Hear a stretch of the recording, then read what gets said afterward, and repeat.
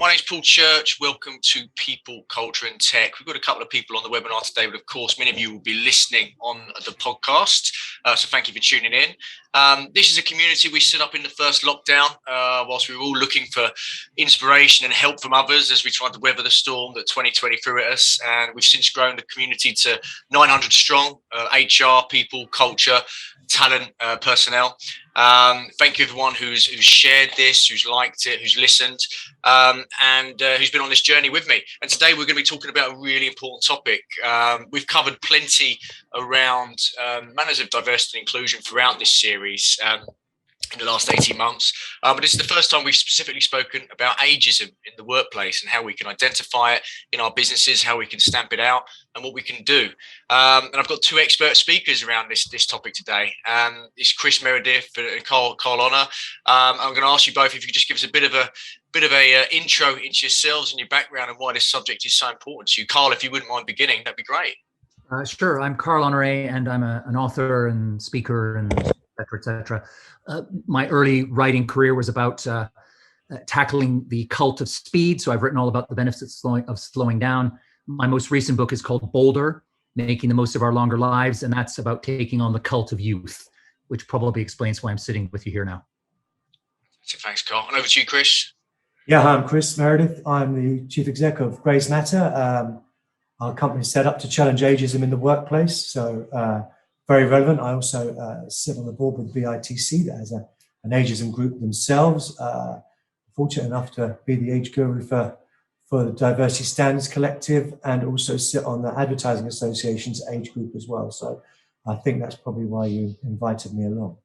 Absolutely. Well, thanks both of you for being a part of this today. And I think it'd be a really good place to start, just so we make sure we're all singing from the same hymn sheet, as it were, to just really break down what ageism actually means and how people can be impacted by this. So if I go back to you, Chris, if you wouldn't mind just kind of giving us a bit of an overview of that, that'd be great. You're seeing more and more about ageism at the moment. Ageism has suddenly started to fortunately rear its head. But it was included way back 2010. We've got the Equality Act, which, rules and regulations about all sorts of discrimination, and race and gender have quite rightly led the way for decades, and progressive steps have been made. Ageism hasn't been addressed, and what we're getting now, especially in a number of Western societies, is a population boom into later years. So the demographic of the population is growing, and that will cause social and economic problems. Those social and economic problems being people need to work longer because they don't have retirement funds, they don't have their mortgages paid off, they want to work longer because they're fitter, they're healthier than they ever have been before. So there are, I could list those reasons forever and a day. What that has then done to, and we're going to bring this back to the workforce, is the fact that the demand for people to work longer is the key. So we need to take that into consideration. Plus, you've then got the fact that in 10 years' time, 50% of the population are going to be over 50. That's frightening, because people between 45 and 60 were the most, those during COVID, they were the most affected. So all these people are losing jobs. They're the low-hanging fruit for a lot of institutions to get rid of, but they still need to work. People need to work and want to work till they're 70, 75, even more. So this is the key. The key is there's both a moral, social, but there are also economic reasons why we need to address ageism. And it's vital that we do, to keep people active, to keep people their mind function, physical and mental, but also for financial welfare as well. So these are the reasons ageism needs to be addressed. Plus, any form of discrimination is quite frankly wrong. Judging people on something other than their ability to do something is wrong. So hence we're looking at ageism. Absolutely. Thanks, Chris. Carl, anything to add to that? Yeah, I mean, my definition of ageism is pretty simple. It's discrimination and stereotyping based on chronological age. So what you're doing is you're taking everybody with the same birth date or same sort of generational cohort and putting them in the same box and treating them as if they have all of the same characteristics and they are all the same. So they have all the same strengths and all the same weaknesses, which I think any of us at any age will recognize as completely preposterous, right? That not all 23-year-olds are the same and not all 71-year-olds are the same, right? We are all very, very different. And in fact, there's a lot of good research that shows that there's much more variety within age cohorts than there is between age cohorts. So ageism is the expression of that wrong-headed view of chronological age, using it as the benchmark, the metric by which we judge people. It needs to be pushed to one side, and we need to focus on a whole range of other things. What really matters now is not how old you are. What matters is what you bring to the party. The choices you make, the work you do, the skills you have, the art that moves you, the food you cook for the people you love, the Netflix series that light you up, all of that stuff, that's what defines you as a person. And those are choices. Those are not determined by your birth date. Yeah, Carl's right. We spoke previously, Carl, stereotypical or stereo traits of people at the moment. We've talked about people starting to go to university at 60. Yes, some people are in wheelchairs at 75, but some are climbing mountains. People are marathon running into their 80s. So boxing people, compartmentalizing people based on a number is in this day and age seriously wrong. Why? We've touched on it a little bit, but why is it a thing? Do you think? What is it that creates this ageism? What is where are the attachments? Where do you think? Culture. It's steeped in our culture. You can go back to the comedies of the 70s and the language that people used. You stupid old fool. You young whippersnapper. One expressing someone's foolish, one expressing someone to an experience. The language in culture and the way we've been brought up, surrounded by ageism, quite frankly, is what needs to change. So we're trying to change cultures in workplaces, predominantly, to try and get out of this subconscious bias that people have.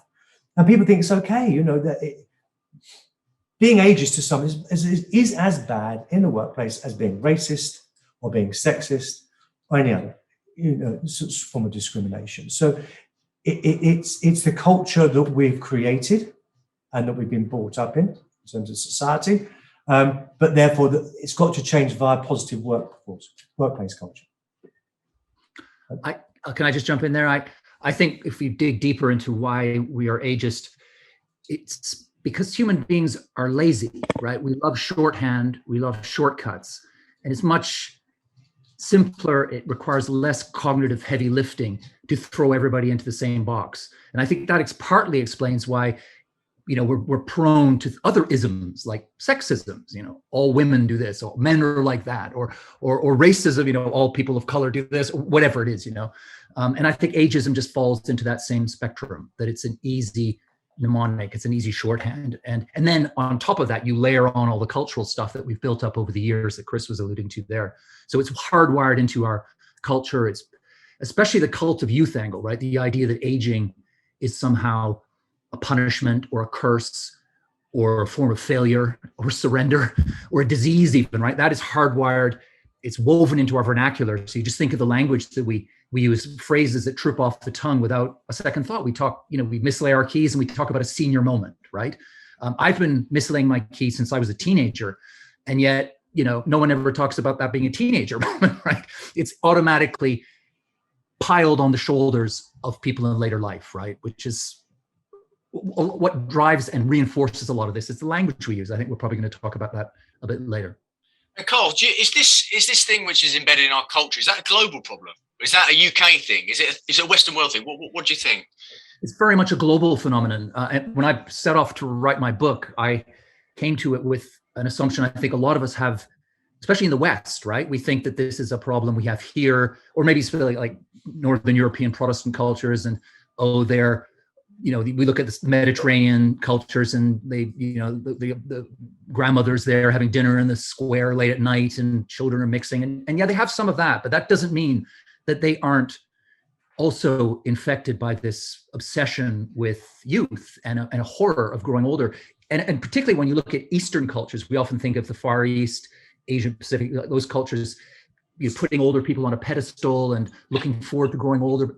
Nah, that's not the case at all. I'll give you two quick data points that bear this out. If you look at Japan, now you've got a phenomenon where people in their 70s and 80s are deliberately committing crimes, right? They're going out and shoplifting flagrantly in order to get arrested and sent to prison because they're so lonely that they would rather be in a jail cell with other inmates around them than because their families don't want to look after them, right? This whole idea that we age, there is of course a tradition of in those cultures of keeping older people in the home, but that social bond I think is broken or has been dissolved in many ways. So you've got loneliness in later life in those cultures just as much. Second data point, just quickly, is that if you go to South Korea, they have the highest, up there with Brazil, rate of cosmetic surgery in the world. And I can guarantee you that no one in South Korea is going to a plastic surgeon hoping to come out looking older, right?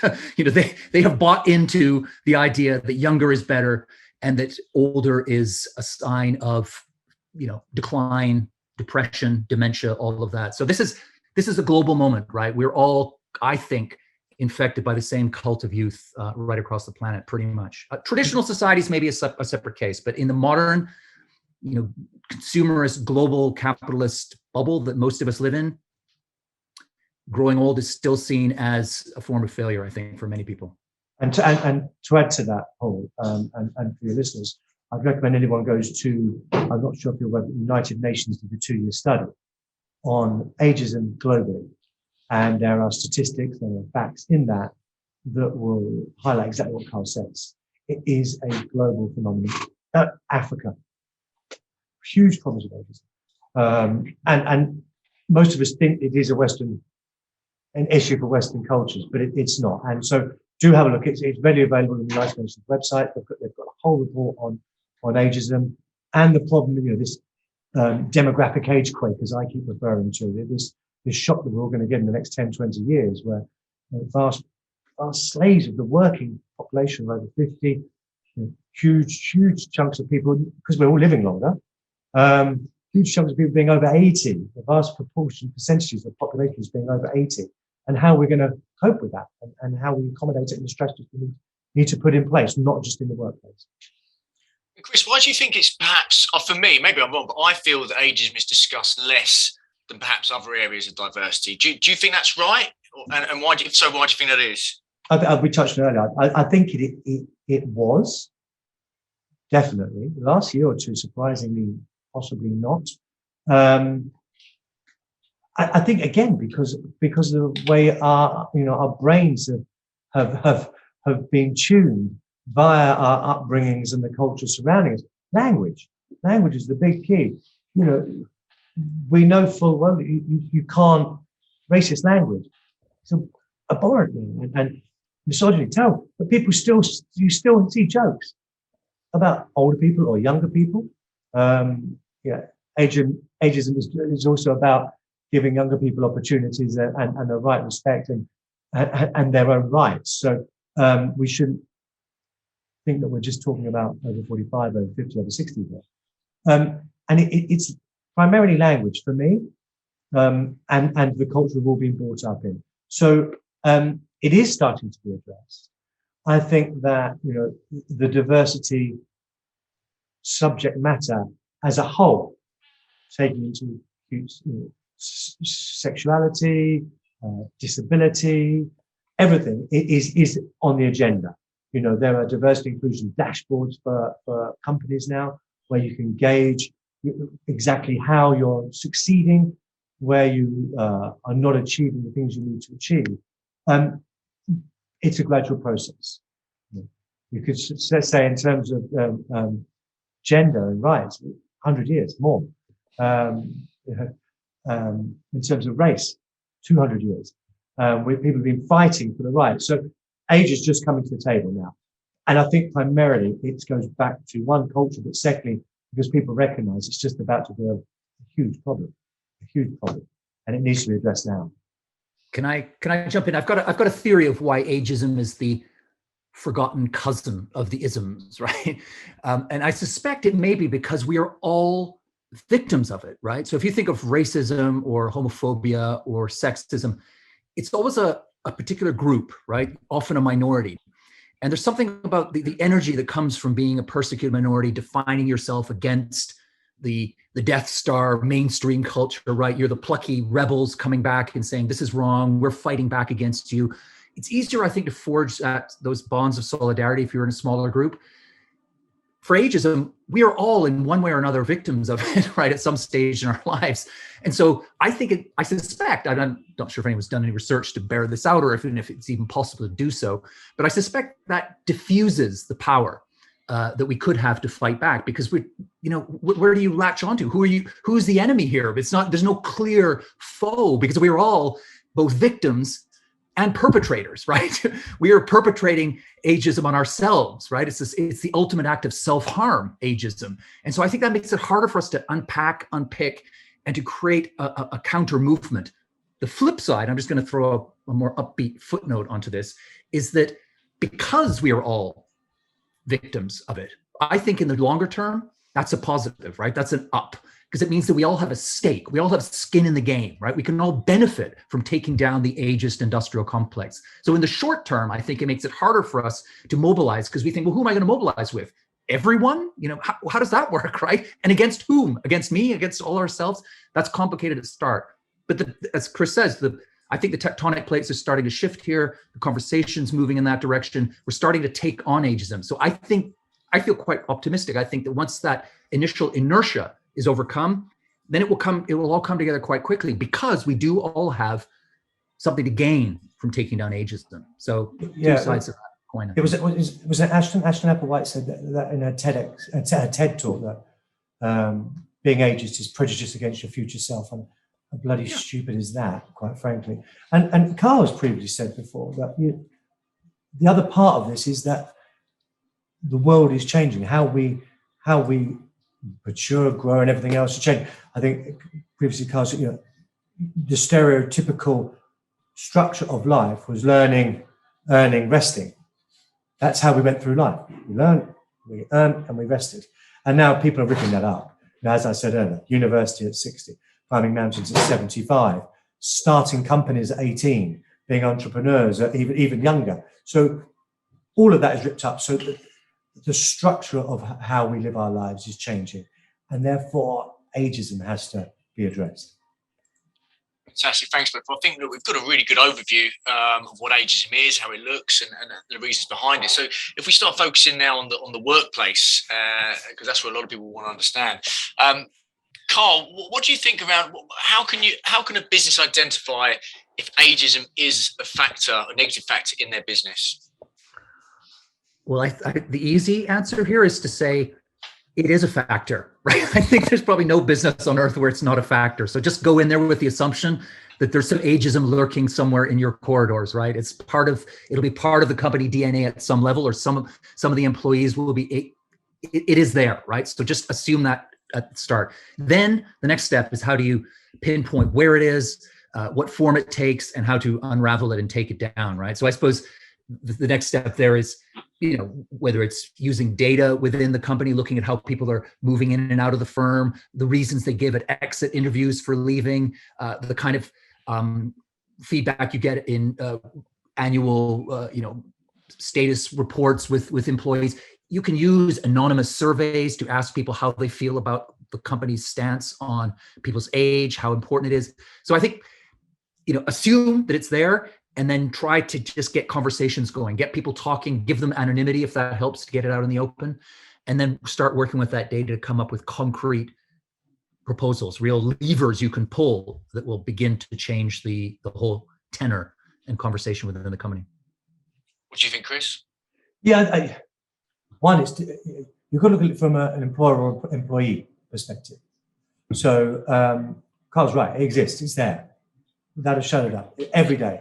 So from an employer perspective, you've got to ensure that age is as much as your diversity inclusion strategy and all your other cultural embodiments as everything else. That's number one.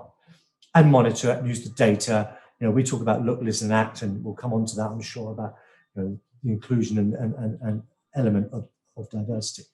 But then from an employee perspective, you've got to look at the culture of the company yourself. One, if it's inclusive, do you have a voice? But are learning opportunities automatically offered to younger people for a start? There are traits in companies you can look for. You're being overlooked or passed over for an assignment or something like that based.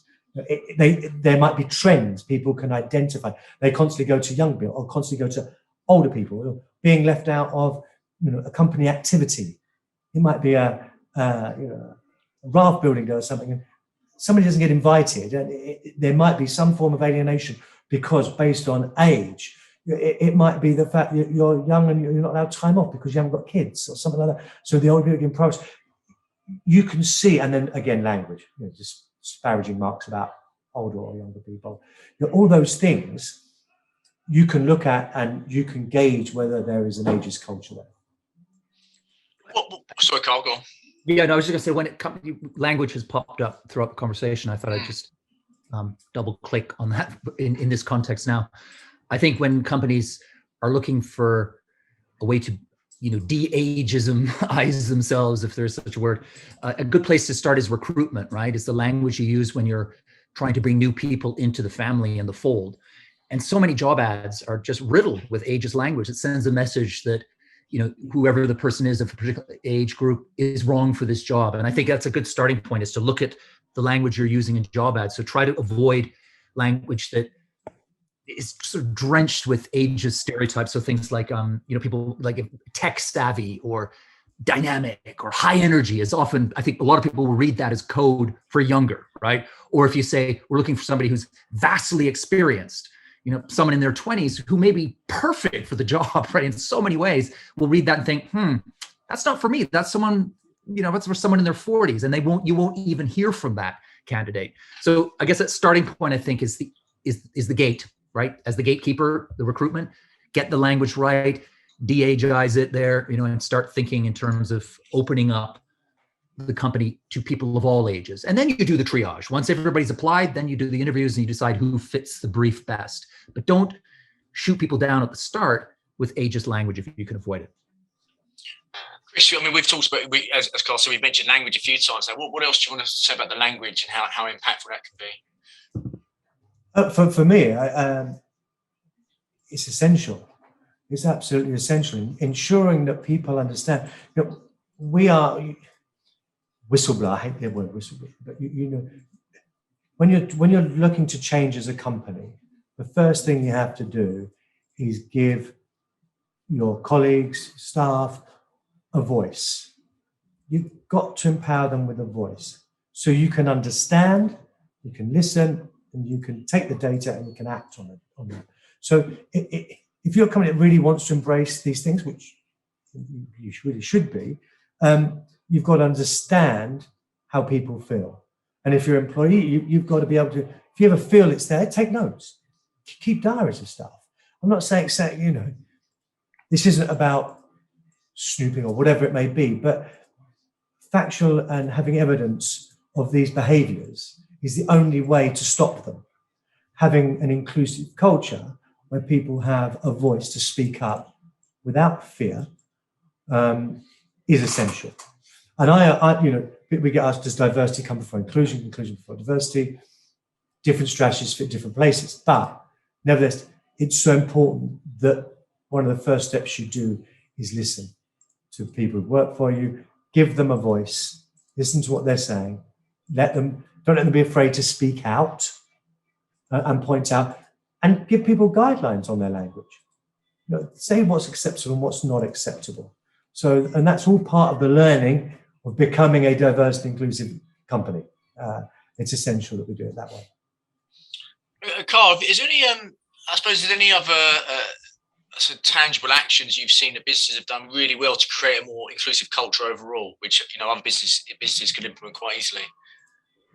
Yeah, we hear a lot about the power of diverse teams, right? So I think businesses that manage to start putting this ageism problem back in its box, a good starting point is often just rolling the multi-generational dice, just creating a team, consciously creating a team that brings people of different ages together. So that might feel a little bit artificial and awkward at first. You may find that in one particular corner of the company, everybody is of that age, but wherever, just make an effort to get somebody in from, mix up the age group. And as soon as people have a taste of mixing across the generations, they love it, right? This is something that you find across sectors, this is just what human beings are. This is what we've always had until the modern era, right? Is mixing different generations together. So because nothing shoots down stereotypes than getting to know the people being stereotyped, right? So just put people in a room as a starting point who are of different ages and give them a project to do, or bring someone in from it who, if you've got a project where everybody's the same age, introduce a couple of people who are different ages. And then, you can then do some due diligence afterwards, ask people how it felt, compare the outcomes and the output of that group with another group that was, whatever the size of the company will allow for.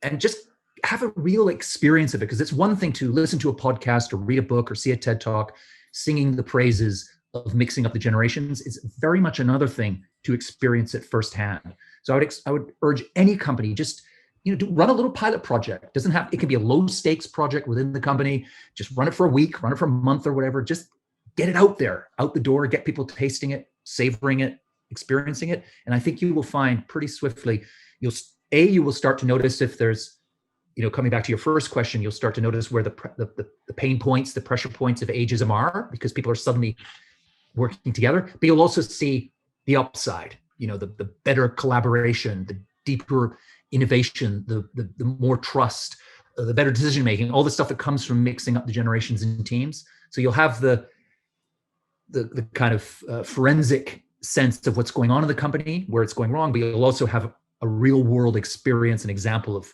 how to put it right through mixing up generations. So run a pilot project, run a little experiment, trial and error, find what works best for your company. Adding to that, Paul, a couple of examples. I sat on one of the boards with the BITC, and Peter Simpson, who's the chief executive of Anglian Water, he's the chair of that board. And when I joined, I'm sure there was some trepidation because I like challenging some of these companies. And he sat there and said, my conscience is clear and my halo shines because the last apprentice I took on was 62. So, and that's fantastic. And all power to Anglian Water for that. Another company that really get it, I don't know if you're like myself, maybe I'm being stereotypical about myself, but I genuinely don't like getting a new mobile phone. I hate it, because I'm scared I'm going to lose all my data. And I'm not that much into technology. I understand technology. I use it every day. I'm fine with it. I just don't particularly like some of it. And so when I go into a shop, and Telefonica have identified this, when I go into a shop, I actually don't want a chap with his festival T-shirt. I'm stereotyping a younger technical guy. I know I'm doing that, but that's wrong. But just to paint the picture here, this is what they've identified. I don't want someone bounding up to me with the latest and greatest and saying it does this, it does that, it makes your tea in the morning, or whatever it does.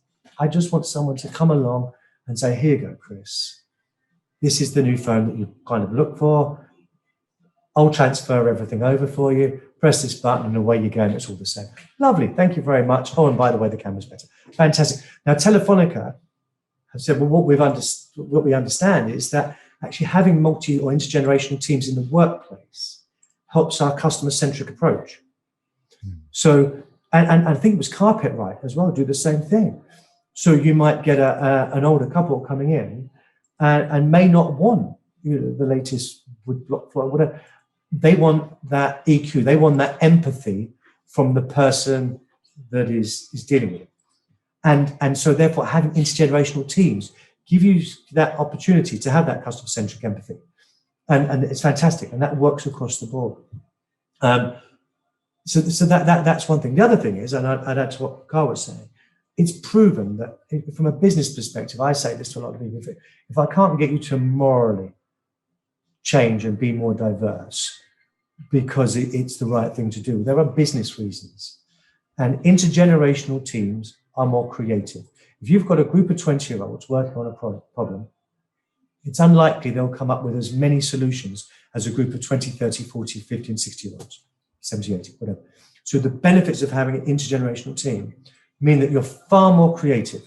And if you're putting out more creativity, you're going to create more business and more solutions. So there are genuine, and there are figures to substantiate this, but there are more genuine business reasons to ensure that actually you've got to be more intergenerational in your approach to structuring your company. Yeah, absolutely. I mean, in terms of commercial reasons, what are we all talking about right now? The talent shortage. I mean, how many people are we pushing away or scaring away from our businesses, either from poor retention or poor attraction because of this lack of language? And if we get this right, suddenly we're opening up a whole new talent pool, aren't we? Yeah, people are doing returner programs.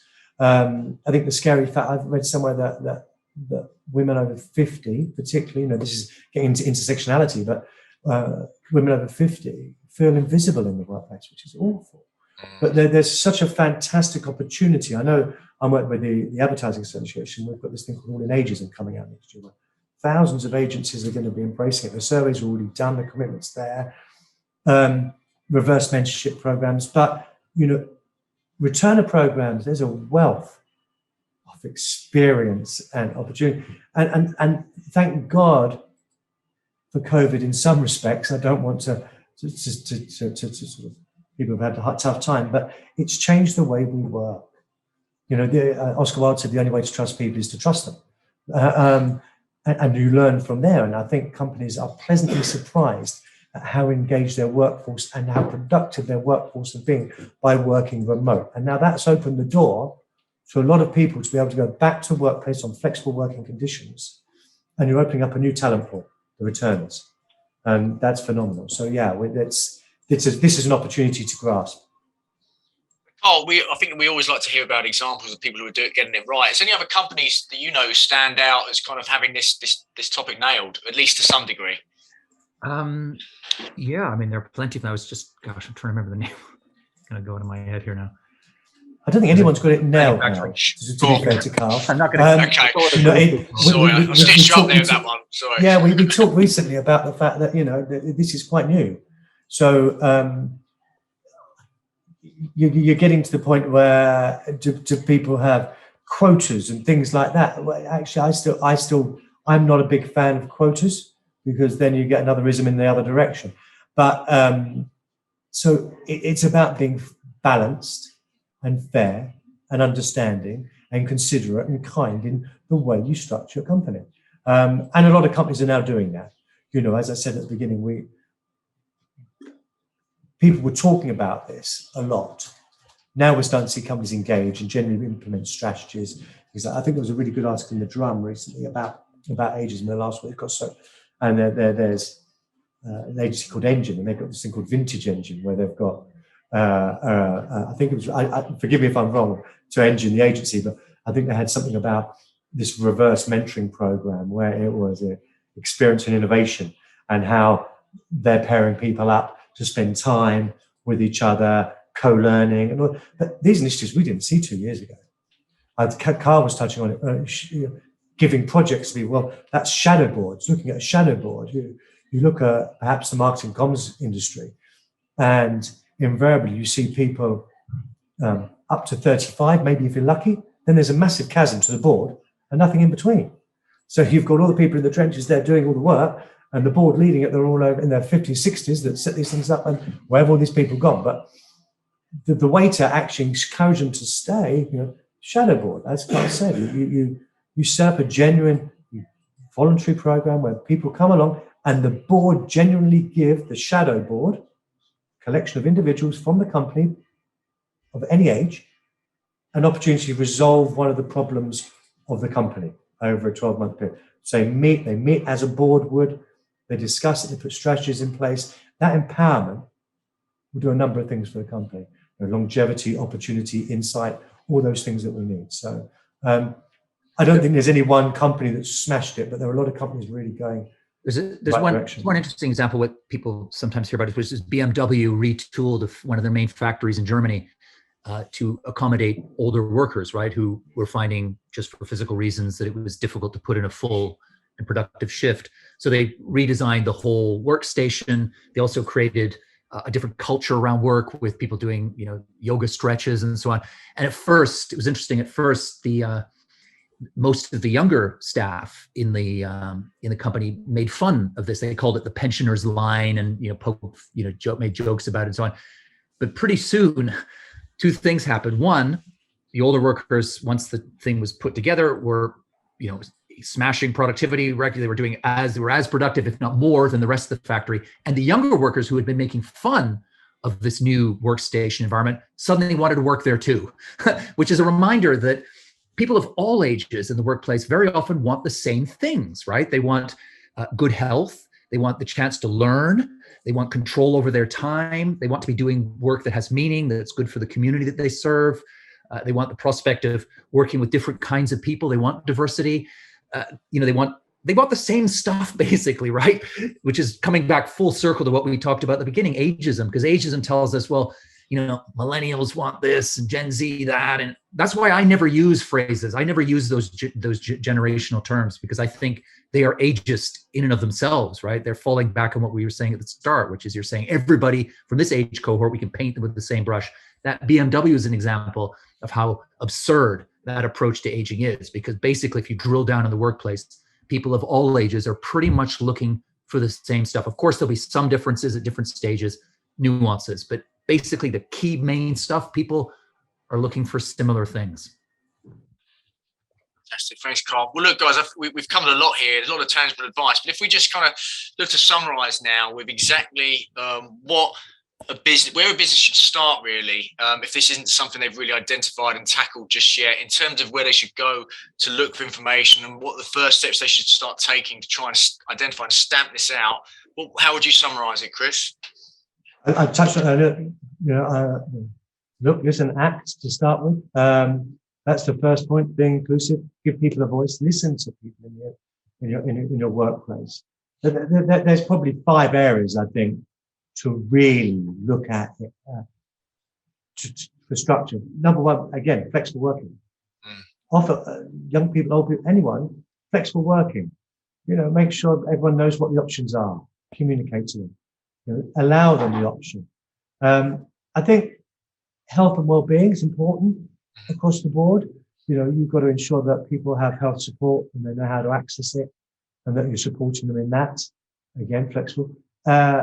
Career development. Carl touched just now. Opportunity. It's got to be career development and offering opportunities at every stage. People feel empowered. They have purpose. Having purpose, no matter who you are, workplace, really incentivizes you and drives you, and you'll get better productivity. Again, inclusive recruitment. Making sure your policies and your procedures don't discriminate against older, younger, or anybody, quite frankly. And I think, and last is the culture. Culture's hard. This doesn't happen overnight, Paul. These things take time. There's no magic wand to solve the problems of diversity and inclusion in the workplace, and especially not ageism. So, I think patience, determination as a company to get it right, and then look at your culture. Try and ensure that you support the development of an age-inclusive culture across your whole business. So they're the sort of 5, I suppose, key areas I would look at for companies to follow. There's lots of this online. There are tool shops, the toolkits with the BITC have one, by the way. On their website, you'll find stuff there. The UN make certain, they're more society-based, the UN ones, than workplace-based, but they're out there, and they're good guidelines for people to find and learn. But it's commitment by the company in the first place, then empowerment, and then looking at and speaking to professionals that can help them do it. Fantastic. Thanks, Chris. What about yourself, Carl? Chris has covered most of the ground there. I'll just take 2 quick things. One is, can't stress enough how important it is to ask questions and listen, right? Get conversations going on within the company to find out what people are feeling, what they're experiencing, to work out what the way out of this ageist mess is.